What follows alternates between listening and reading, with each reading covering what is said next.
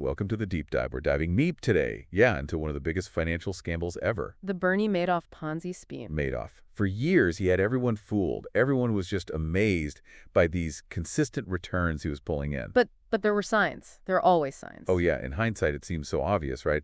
But our goal today is to really understand, how did he pull it off, and why did it take so long for anyone to notice? What did people miss? Right, and to do that, we're going to be looking closely at the work of Harry Markopolos. This guy, he's our guide through all this, right? He spent years investigating Madoff, trying to expose the truth. Along with a few others who joined him, often they were met with, total disbelief. Nobody wanted to believe Madoff was a fraud. It's a fascinating story. Okay, so let's rewind back to, 1999, 2000, the very beginning. Yeah. What's really interesting is that the first sign that something was off wasn't some fancy algorithm or anything like that. Yeah. It was a simple question about profits. Steady, unusually steady profits. Right. It started with Frank Casey. He was one of the early investigators. He noticed that a fund manager was claiming these crazy, consistent monthly returns. Like, what kind of returns? Like 1 to 2% net a month after month. Every single month. Pretty much. And in the market, things go up and down. You don't see that kind of consistency. It's just not normal. That's what made Frank suspicious. Yeah, that would raise an eyebrow for sure. But it wasn't just the steadiness of the returns, right? No, it was how those returns were supposedly being made. Madoff, he said he was using this strategy called a split strike conversion, and it was all tied to the S&P 100. Okay, so he's basically saying he's mirroring the S&P 100. In a way, he claimed he was buying 35 stocks that mimicked the S&P, and then he was using options to control his gains and losses. Options. So that's like contracts, right? Exactly. But here's the thing. Markopolos, when he looked at this strategy, the math just didn't add up. For Madoff to be getting those consistent returns, all 35 of those stocks would have to go up or at least stay flat every single month. I mean, that's just not realistic. It's highly unlikely, almost impossible. So that was red flag number one. Yep. The math behind his strategy was flawed from the start. Okay, so flawed strategy. What else did they find? The second big red flag was the options market itself. Madoff was saying he was doing all this hedging with options, but to do that, to hedge the way he claimed he would have needed a massive amount of these very specific S&P 100 options. Oh, so he's saying he's buying up huge amounts of options. Exactly. These are called OEX options. And when Markopolos and his team looked into it, they realized the market just wasn't big enough. There weren't enough OEX options available for him to be doing what he said he was doing. It was like he was claiming to have bought all the oranges in the world, but there weren't that many oranges to begin with. Okay, so his story's falling apart. Flawed strategy, not enough options. This is getting good. What else? So then they look at his performance charts, right? And this is where it gets even crazier. His returns, they were basically a straight line upwards. Like a perfect 45-degree angle. Yeah, basically. And that's just not how the market worked. There were always ups and downs, volatility. But Madoff's chart, it was like he'd somehow ironed out all the bumps. Too perfect, too smooth. Way too perfect. That became red flag number 3. That's a big one.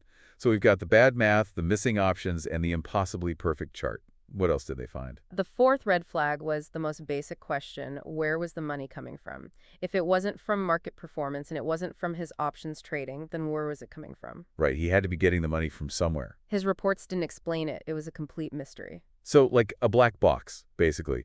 Money going in, money coming out, but nobody knows what's happening inside. Exactly. And then they started comparing Madoff's supposed returns to their own returns at Rampart. Remind me, Rampart was the firm where Markopolos worked, right? Yeah. They managed portfolios, and some of their strategies actually used options, too. So they were able to compare apples to apples. And the difference was huge. Like how huge? Well, for example, during the Russian debt crisis back in '98, the market tanked, right? But Madoff, he still reported a positive return. Same thing in 2000, another market drop, and Madoff's still making money. While everyone else is losing their shirts. Exactly. Rampart's portfolios, using similar strategies, they couldn't replicate that. It just wasn't possible. So red flag number 5, he was somehow immune to market crashes? Yeah. And then there was the number of down months. Down months, meaning months where he lost money. Right. Over an 87-month period, the market went down 26 times. But Madoff, he only reported 3 losing months. And even those were tiny losses. So basically, he was winning almost all the time. Pretty much. And that just didn't make sense given the limited number of options available for hedging. It was red flag number 6. Okay, 6 major red flags. So what did Markopolos do with all of this? He had to have gone to the authorities, right? Oh, he did. In the year 2000, he sent a detailed report to the SEC, the Securities and Exchange Commission. He laid out all 6 red flags, everything. It was all right there in the report. And he sent this to their Boston office. Right, to a guy named Grant Ward. And what happened?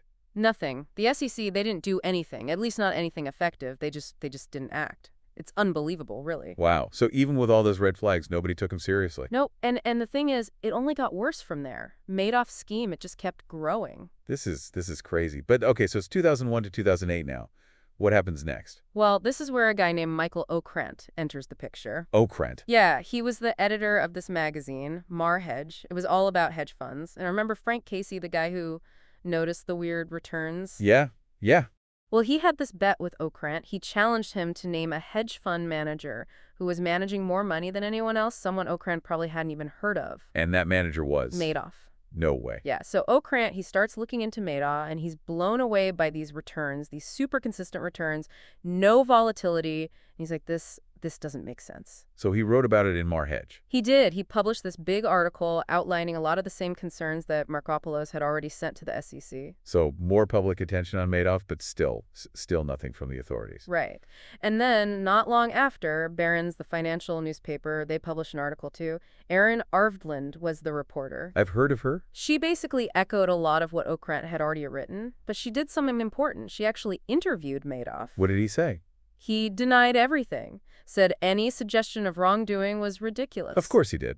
But the Barron's article, it also pointed out something interesting. It talked about how Madoff's investors, they were all happy, even though they didn't really understand his methods. So they were just trusting him blindly. Pretty much. One investor even said Madoff told him that he often moved all his investments into cash when the market got volatile. Which would explain why his returns were always so smooth. Exactly. Okay, so now you've got these articles raising questions, but Madoff's still raking in the cash. It's incredible. Yeah, and it's not just any cash. He was pulling in huge money from Europe, from wealthy families, even royalty. There's a story about Prince Michel of Yugoslavia trying to get Prince Charles to invest. Wow. So this is a global operation at this point. Oh, yeah. And for Markopolos, this was more proof that it was a Ponzi scheme. A real hedge fund, even one doing something illegal, wouldn't need that constant flood of new money. It's the new money that keeps a Ponzi scheme going, right? Exactly. You need new investors to pay off the old ones. So the pieces are all falling into place for Markopolos, but he still can't get anyone to listen. What did he do next? He tried going around the SEC. He sent an anonymous tip to Elliot Spitzer. Spitzer, the New York Attorney General. Yeah, Spitzer had this reputation for going after Wall Street. Markopolos was hoping he'd investigate, but nothing happened. This is unbelievable. So many warnings, and still nothing. It must have been incredibly frustrating for Markopolos. Oh, it was. And it was getting dangerous, too. He was really worried about his safety, his family's safety. Billions of dollars were at stake, and there were rumors that some of Madoff's money might be tied to, well, to dangerous people. Yeah, you don't mess with that kind of money. Markopolos started taking precautions. He'd check his car for bombs. He'd sleep with a gun. He was living in fear. Wow. But then in 2005, he met someone at the SEC who finally seemed to get it, right? Yes, a guy named Mike Garrity. He worked in the Boston office. Garrity, he was different. He was curious. He wanted to understand the details, the math. He actually listened. And he understood the math. He did. Markopolos spent hours with him, explaining everything, showing him charts and graphs. And Garrity, he got it. He saw how impossible Madoff's returns were. So finally some hope. Well, Garrity said he'd open an investigation, and he also referred the case to the New York office. He knew it was too big for just the Boston branch. Okay, so it's now in the hands of the New York SEC. This has to be it, right? They have to do something now. You'd think so, but no. The New York office, they didn't do anything either. Markopolos even sent them another report in 2005, even more detailed than the first one. But incredibly, it got sent to the wrong email address. Are you kidding? It's true, just a simple mistake, but it had huge consequences. So they missed their chance. Again. They did. And Markopolos, he felt like he was screaming into the void, like nobody was listening. He later said he felt like the boy who cried wolf. Wow. Years of warnings, solid evidence, and it all just went nowhere. Hard to believe. And then finally the whole thing blows up. December 2008, Madoff confesses to his sons. He's arrested. The news hits everyone like a ton of bricks. What was Markopolos' reaction? Relief. He was just relieved that it was finally over. Relieved for his family. and then just exhausted, drained. It had been years of stress, years of fighting, and it was finally done. I can't even imagine. And then, the whole world starts to understand just how big this was. David Einhorn, the investor, he publicly acknowledged how important Markopolos' work had been. Finally, some recognition. Yeah. And when Markopolos testified before Congress, he really let the SEC have it. He said, the SEC roars like a mouse and bites like a flea. Ouch. But he was right. The impact of this fraud was massive.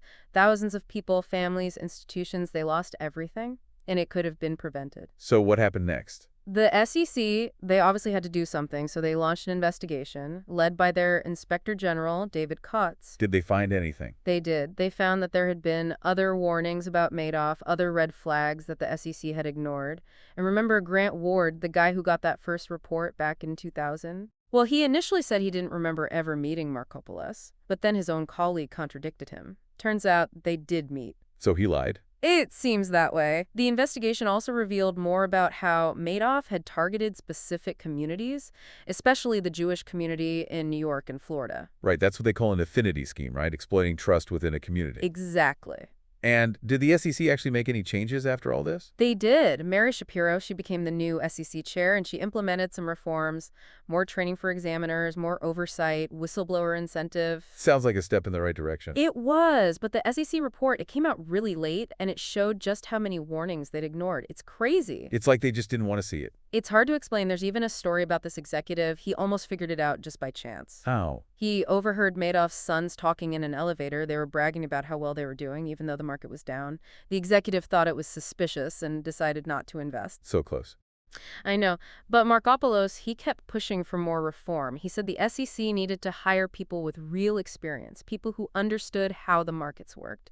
And he wanted them to be more proactive, to go after fraud instead of waiting for it to happen. It makes sense. He also wanted better whistleblower protections. He knew how dangerous it could be to speak out. Yeah, he knew firsthand. He did, and even after Madoff went to prison, Markopolos and his team, they kept investigating other cases. So it wasn't just Madoff, there were other frauds out there. Oh, yeah. The Madoff case, it was just the tip of the iceberg. This is a whole other deep dive we could do sometime. Definitely. But the Madoff scandals, it did have a tragic side, too. Remember René Thierry de la Villechaize? No. He was a European investor who lost a lot of money with Madoff. He ended up taking his own life. Oh, that's terrible. It really affected Markopolos. He considered de la Villechaize a friend. It showed him the human cost of all of this. It's a reminder that these financial scandals, they're not just numbers on a page.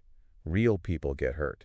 Exactly. And in the end, Markopolos, he called himself a $50 billion failure. Why? Because he felt like he could have saved more people, more money.